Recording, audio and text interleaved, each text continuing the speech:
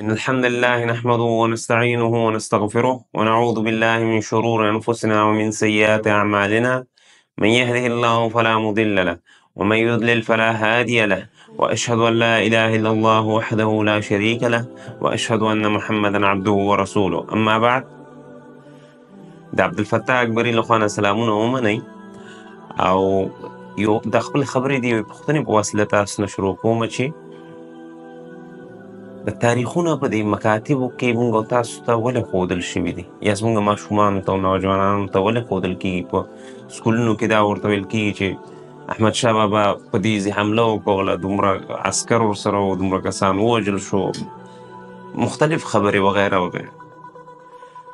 ولې دا حکومتونه او دولتونه په میلیونو پیسې او په میلیونو ساعتونه په دې خبرو باندې مصرفوي، او دا څه خبره او څه فایده ده ده کې؟ پوهېږم هرومرو به ستاسو جواب دا وي چې د ده په واسطه د مشرانو هغه تجارب د کشرانو سره شریکېږي، او دا خلک د مشرانو د نیکۍ او د کم تجربهګۍ نه استفاده کوي، او دا دوی دپاره یو ښه لاره ده چې په مکاتبو کې تدریس شي. او اوس د ستاسو خبرو په ارتباط سره دا اوس په غربي نړۍ کې هم دا یو رواج او یو فرهنګ دی چې دا هر څوک که په دنیوي لحاظ سره کامیاب شي، نو د هغه دپاره فلمونه د هغه په ژوند باندې، کتابونه، مجلې او مختلف شیزونه د دې دپاره چې د خلکو د لاسرسۍ وړ وګرځي او د هغه د تجاربونه ګټه واخلي. نو موږ او تاسې ایمان لرو په دې خبرې باندې چې د رسول الله صلی الله علیه وسلم نه کامیاب شخص په دې بشریت کې نشته، او دغه رسول چې د شپونکیتوب نه راولاړ شو او د نړۍ او د بشریت تاریخ بدل کړو. دغه نبي یوازې ځان او نه یې کوم سکول ویلی او نه یې کوم پوهنتون ویلی او د ټولې نړۍ هغه رسمونه، رواجونه، غلط عقایدو باندې ردونه وکړ او کامیاب شو په خپل هغه کوم پلان او برنامه چې د الله رب العالمین لخوا نه ورته ورکړل شوی و. اوس په ځای د دې چې موږ دغه تاریخ او دغه سیرت د رسول الله صلی الله علیه وسلم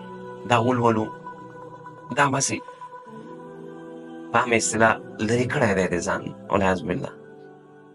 که وایو نو په هغه پوره پابندۍ سره نه مطالعه کوو، نه یو خبر ترېنه، نو هرومرو به مشکلات په موږ راځي، او هرومرو به د بشریت د تر ټولو قدرتمن انسان په خپل پلانونو کې، په خپلو برنامو کې، په خپلو هغه خبرو او سنتونو کې د هغه سیرت موږ پرېښی دی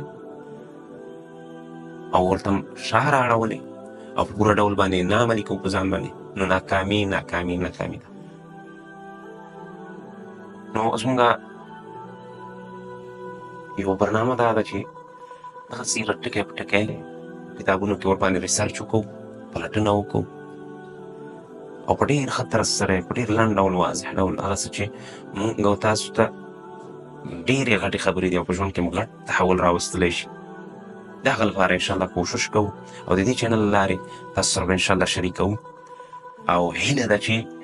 زموږ او ستاسې تنده پرې ماته شي او زموږ او ستاسې د ژوند یوه حصه شي دا سیرت، او ورځ په ورځ به انشاءالله زموږ برنامې نشرېږي، او د الله نه تاسو ته او ځان ته توفیق غواړم. وصلى الله تعالى على خير خلقه محمد وعلى آله وأصحابه أجمعين.